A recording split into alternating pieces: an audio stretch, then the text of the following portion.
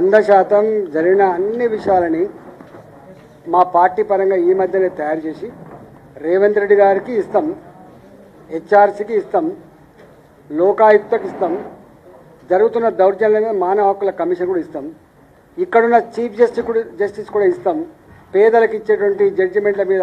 ఇవాళ వాస్తవంగా కొర్రెముల ప్రజానీకాన్ని కాపాడింది కోర్టు మాత్రమే. రెండు సార్లు కాపాడింది. ఇవాళ మళ్ళీ 9 ఎకరాలు దండి తర్వాత మళ్ళీ 9 ఎకరాలు కూడా మళ్ళీ కోర్టులో ఉన్నది.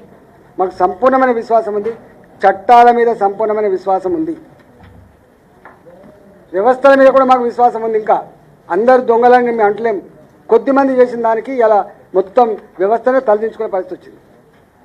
రెవెన్యూ డిపార్ట్మెంట్లో మంచి వాళ్ళు బ్రహ్మాండంగా ఉన్నారు, కొద్దిమంది పిడికడ మంచి వాటి పరిస్థితి వస్తారు.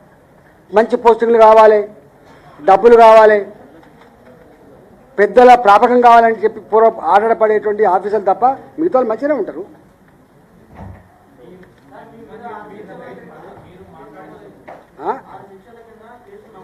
ఆరు కావాలి 60 పెట్టుకోమను. నా నా నా నా తెలంగాణ మహిళల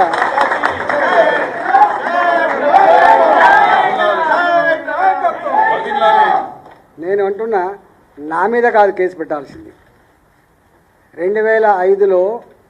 2005లో దొంగ డాక్యుమెంట్లు సృష్టికర్తలు ఎవరైతే ఉన్నారో దానికి సహకరించిన అధికారుల మీద ఉన్ను, దాన్ని అమ్ముకున్నటువంటి ఓనర్ల మీద, దానికి ప్రోత్సహించినటువంటి బ్రోకర్ల మీద కేసు పెడితే సంతోషపడతారు.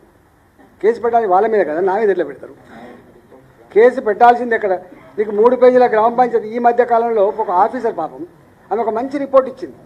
ఇది ఎట్టి పరిస్థితులలో వ్యవసాయ భూమి కాదు, ఇవన్నీ కూడా ప్లాట్ల జాగలే, 2076 మందికి సంబంధించిన ప్లాట్లే, ఇది 700 మంది ఇల్లు కట్టుకున్నారు, ఇంకో 500-600 మందికి ఎన్ఓసి వచ్చింది, మిగతా వాళ్ళకు కూడా ఎన్ఓసి ఇవ్వాలి. కానీ మొన్న గ్రామ పంచాయతీ పరిమితి అయిపోయిన తర్వాత మున్సిపాలిటీలో గ్రామం కలుతా అని చెప్పి ఇవన్నీ ఎల్ఆర్ఎస్ కూడా పెండింగ్ పెట్టిండ్రు. ఎల్ఆర్ఎస్ పెండింగ్ పెట్టడానికి కారణంగా పెద్దల అండనే. అందుకనే నేను మా మహిళల ఆత్మగౌరవాన్ని కించపరిచినోడు, మా పేద రక్తాన్ని కళ్ళ చూసినోడు, మా ప్రజల మీద దౌర్జన్యం చేసినోడు, ప్రజాప్రతినిధులు కూడా విలువ లేకుండా చేసినోడు మీద నాలాంటోడు ఇలా కన్నెర చేస్తే 50 కాదు 100 కేసులు పెట్టుకోమను. నీకే అవమానం, పోలీసులకు అవమానం. నా రక్తం కాడుతున్నటువంటి మావాడు పోయి కేసు పెడితే 50 రూపాయల ఫైన్ వేసిండండి. నా ఇల్లు కూడా కొట్టిన మీద కేసు పెడితే 50 రూపాయల ఫైన్ వేసిండండి. ఇది ఆ పోలీస్ స్టేషన్. సిగ్గుపడాల్సింది సిఐ, సిగ్గుపడాల్సింది నీ డిపార్ట్మెంటు. కేసులు పెట్టాల్సింది వాళ్ళ మీద, నా మీద ఎట్లా పెడతావు? అయినా కేసులు భయపడ్డావా? తెలంగాణ ఉద్యమం 150 కేసులు ఉన్నాయి, ఇది 156 కేసులు అవుతాయి. నా ప్రజల కోసం జైలు కూడా సిద్ధంగా ఉన్నాయి.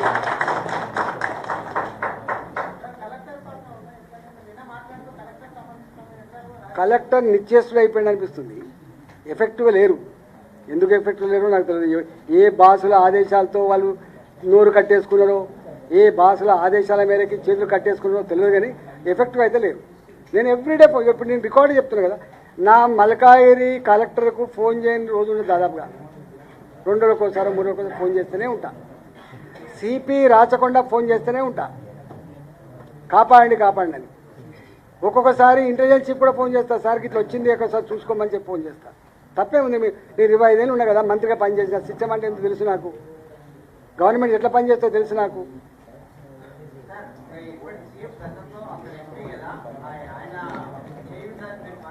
నేను ఒక మాట అంటున్నా, నాకు ఈ ల్యాండ్ దందాల గురించి కానీ ఈ రెవెన్యూ విధానం గురించి నాకు పెద్ద తెలియదు. కానీ నేను ఊర్లోకి వెళ్ళి వచ్చినండి. నేను ఈ మధ్యలోనే హైదరాబాద్కి వచ్చిన.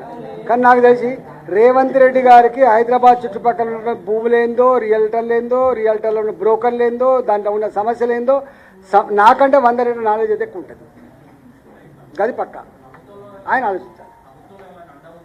100% అండ ఉంది, 100%. అధికార పార్టీ అండ ఉంటుంది. ఎవరన్నా ఉంటుంది? పేర్లు చెప్తాను, చెప్పండి. చెప్పినాడు పేరు కూడా సహా చెప్తా, పేరుతో సహా చెప్తా. మా దగ్గర ఇప్పుడు సమాచారం అంతా అక్యుములేట్ చేసుకుంటాను మేము. ఇప్పుడు మేము వాటికి ఏదో శాంపుల్ పెట్టినాం. మా దగ్గర 100 గ్రామ పంచాయతీ లేఅవుట్లు, వాటి ఆనవాళ్ళు లేకుండా పెద్దలు ఎట్లా భూములు కొట్టేసిండ్రు, దాని వెనుక ఉన్న పెద్దలు ఎవరు, దాని విలువ ఎంత, అవన్నీ చెప్తాం. ఇప్పుడు నేను చెప్పిన శంకర్ హిల్స్, నేను ఇంతకుముందు చెప్పిన శంకర్ హిల్స్ కానీ నేను ఇంతకుముందు శాంపుల్ చెప్పిన కొన్ని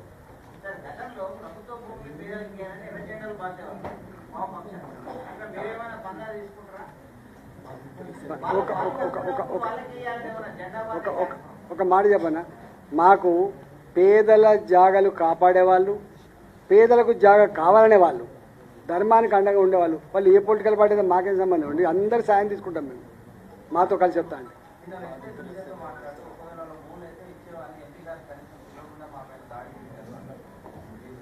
ఒక మాట చెప్పన్నా, మీరు అడుగుతున్నప్పుడు ఒక మాట అని అడుగు. 85లో కొన్న ప్లాట్లు 20 సంవత్సరాల తర్వాత ఎట్లా నీకు వచ్చినాయి అడుగుతున్నా. ఇస్తాడా? నేను అడుగుతా, రాస్తారా? లెటర్ రాయనా? అరే ఒకటి గుర్తుపెట్టుకో, నీవు అంటే ఉత్తగా నేను ప్రెస్ వాళ్ళు అంటే టీవీలో అంటే గ్రౌండ్కి వస్తారేమో, గ్రౌండ్లో వాళ్ళు ఎంక్వైరీ చేస్తారనుకుంటున్నా. కానీ మీరు కూడా గిట్లా ఉంటే ఎట్లయితే చెప్పండి. 4th స్టేట్ ప్రజాస్వామ్యంలో ఏదో పిల్లర్ అని చెప్తున్నారు, ఏం చేస్తున్నారు మీరు? నేను అడుగుతున్నా, మీ బాధ్యత కాదా?